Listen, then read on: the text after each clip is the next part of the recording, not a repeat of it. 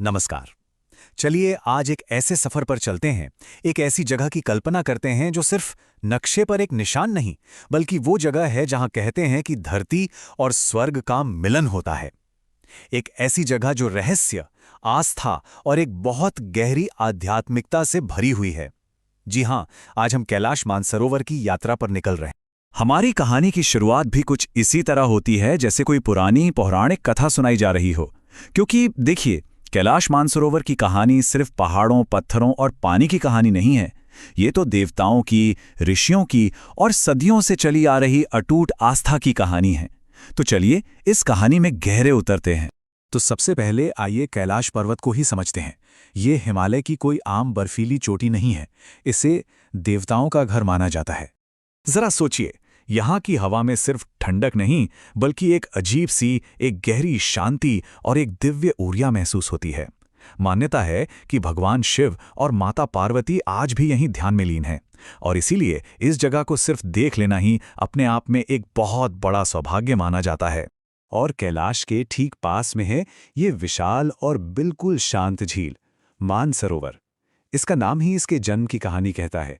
मानस यानी मन, और सरोवर यानी झील। कथाओं के हिसाब से इसकी रचना किसी और ने नहीं, बल्कि स्वयं भगवान ब्रह्मा ने अपने मन से की थी। इसका पानी इतना साफ और निर्मल है कि जब इसमें कैलाश का प्रतिबिंब दिखता है तो ऐसा लगता है मानो स्वर्ग का दरवाजा ही खुल गया हो। कैलाश की महानता सिर्फ इसकी खूबसूरती में नहीं है, बल्कि उन हजारों कहानियों में भी है जो सदियों से यहाँ के बारे में सुनाई जाती रही हैं। और उन कहानियों में से एक सबसे मशहूर किस्सा है रावण के अहंकार का। अपनी शक्ति के नशे में चूर रावण ने सोचा कि वो पूरे के पूरे कैलाश पर्वत को ही उठाकर ले जाएगा। सोचकर देखिए उस दृश्य को। लेकिन भगवान शिव ने क्या किया? उन्होंने सिर्फ अपने पैर के एक अंगूठे से पर्वत पर जरा सा दबाव डाला, और रावण का सारा घमंड, सारी ताकत वहीं चकनाचूर हो गई। ये कहानी इस पर्वत की असीम शक्ति को बताती है। इसका जिक्र महाभारत में भी आता है। जब पांडव अपनी अंतिम यात्रा पर स्वर्ग की ओर जा रहे थे, तो उनके रास्ते में कैलाश पर्वत आया था। यही वजह है कि इसे सिर्फ एक पहाड़ नहीं, बल्कि मोक्ष का यानी मुक्ति का दरवाजा भी माना जाता है। और एक बात जो कैलाश को और भी ज्यादा असाधारण बना देती है, वो ये है कि इसकी महिमा किसी एक धर्म तक ही सीमित नहीं है। ये तो कई बड़े बड़े धर्मों के लिए आस्था का एक संगम है। जरा सोचिए इस बारे में। हिंदुओं के लिए ये भगवान शिव का घर है। बौद्ध धर्म में इसे कंग रिनपोछे कहते हैं, और इसकी परिक्रमा करना जीवन का एक बहुत बड़ा लक्ष्य मानते हैं। जैन धर्म के लिए ये वो जगह है जिसे वो अष्टपद कहते हैं, जहां उनके पहले तीर्थंकर को मोक्ष मिला था।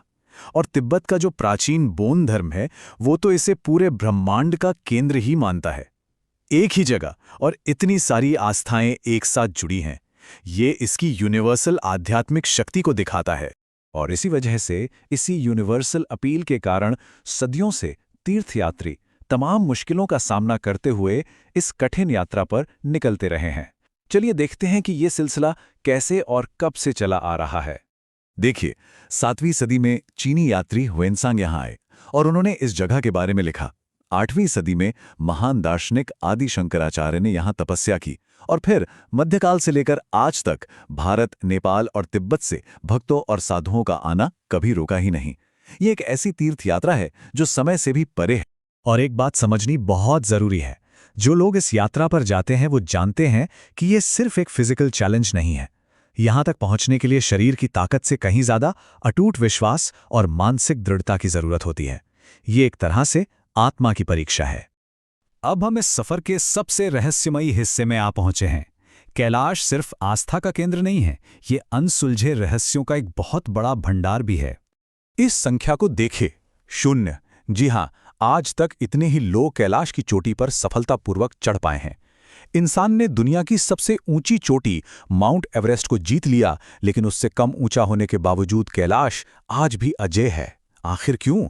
ये अपने आप में एक बहुत गहरा रहस्य है। और रहस्य यहीं खत्म नहीं होते। क्या ये सिर्फ एक इत्तेफाक है कि इसकी आकृति एक प्राकृतिक शिवलिंग जैसी दिखती है? कुछ लोग इसे पृथ्वी का ऊर्जा केंद्र, एक एनर्जी सेंटर मानते हैं। और इससे भी अजीब बात यह है कि यहां आने वाले कई यात्रियों ने बताया है कि उन्हें समय की गति में बदलाव महसूस हुआ, जैसे यहां समय अलग रफ्तार से चलता हो। और फिर है मानसरोवर झील, जिसका पानी रहस्यमयी तरीके से अपना रंग बदलता रहता है। तो आखिर में हम यही कह सकते हैं कि कैलाश मानसरोवर एक ऐसी अनोखी जगह है जहां पवित्रता, शांति, तप और रहस्य ये सब एक साथ मिलते हैं। ये सिर्फ एक पहाड़ और एक झील नहीं है, ये एक अनुभव है जो शायद हर किसी के लिए अलग होता है। और ये हमें इस आखिरी सवाल पर लाकर छोड़ देता है, क्या कैलाश मानसरोवर सिर्फ धरती पर मौजूद एक जगह है, या फिर ये चेतना की, कॉन्शियसनेस की एक अवस्था है जिसे पाने के लिए लोग इतनी कठिन यात्रा करते हैं? इसका जवाब शायद हर किसी को अपने भीतर ही खोजना होगा। इसी विचार के साथ आज का ये सफर यहीं समाप्त होता है। धन्यवाद।